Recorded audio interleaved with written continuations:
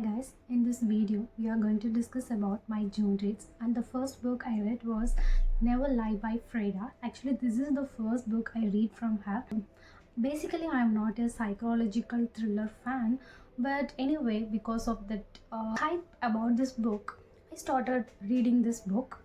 I actually read the same plot from other book, so this plot is not going to be big thing for me.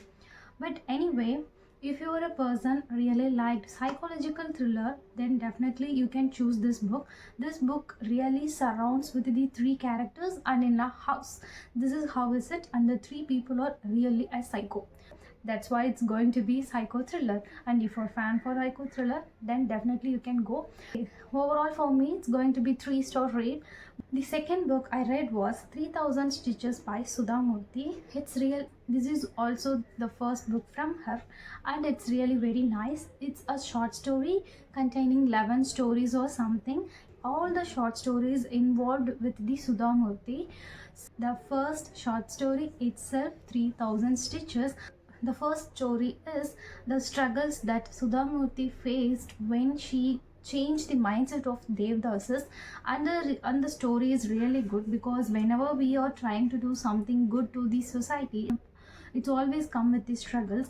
We can also learn the real social service, and I'm very happy to read that. And also there is also another chapter which is focused on the food knowledge, and I really happy that Sudha Murthy getting all of the knowledge from her friend's father.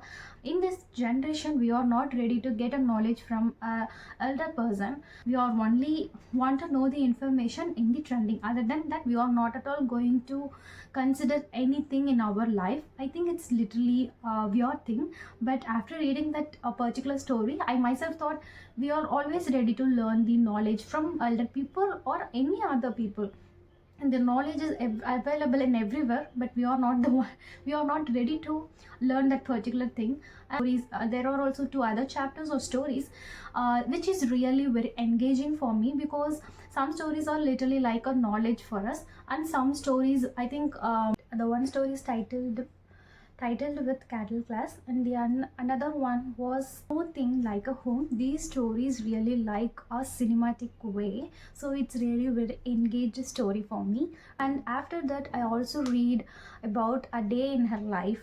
In that story, I get the insight how people like Sudha Murthy's or going through their daily life. It's really very amazing, and they have to do a lot of things in their entire day, and she getting a lot of proposals for the money because she is running the foundation, right? So a lot of people writing proposals to get the money. She have to go through all of the proposals to whether we can provide them money or not. It's going to be a long process. Some people, they are really capable getting the foundation themselves. Since they actually write proposals to Sudha Murthy, it really time consuming from both sides, because this proposal is going to be rejected. At that particular time, I realized that I'm also doing the same thing, not in this way but in the other way. I actually applying job regularly because I am in the phase of job hunting. So whenever I am going to apply for a job, I have to make sure that I am the eligibility candidate to apply for a job. Because of not considering the job description or eligibility, applying for the job will definitely time consuming from both sides. I thought for that minute, because they all also have some requirements, I do have a requirement, so when these two meet, we can definitely going to be a perfect match. So I thought myself, I have to be very clear whenever I have to apply for the job. If you are a beginner, then I think you don't need to pick this book. Sometimes it's going to be bored. If you are a fictional reader, then this is not going to be work out. If you are a person with ready to read non-fiction or philosophical mindset, then you definitely go for this book. The third book I read was The Girl in Room 105 by Chetan Bhagat. I'm not ready to criticize Chetan Bhagat. This is the second book I read from him. The first book is the sequel of this first one. one arranged murder. I didn't know it is a sequel, but anyway, I read it in the reverse.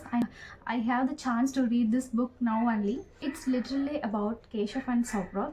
They are going to investigating the murder case which is happened in the 105 room. But when I read this book, I have the same mindset as Keshav and Saurav. I think I myself felt I am the one who is investigating this case, and also it's not going to be a normal crime thriller. It's be a big level. It's not going to be a big level crime thriller. It just really is.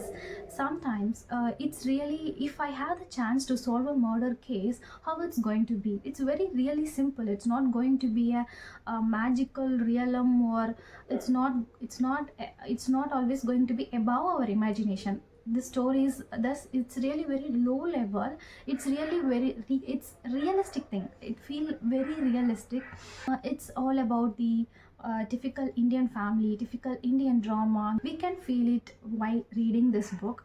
And the most concerning about this book is it's talk a lot about Kashmir. I didn't have this point of view about Kashmir. Actually, the Kashmir is always in the war phase. Whenever there is a problem, all the army is going after them, and there is no stable education. There is no stable employment. This is really very tough for the people living in the Kashmir. So this is really, because whenever we talk about Kashmir, we have a lot of things that came into our mind. But this thing is really very eye-opening for me while reading this book, because they are facing a lot of issues. They are not living a life as like us.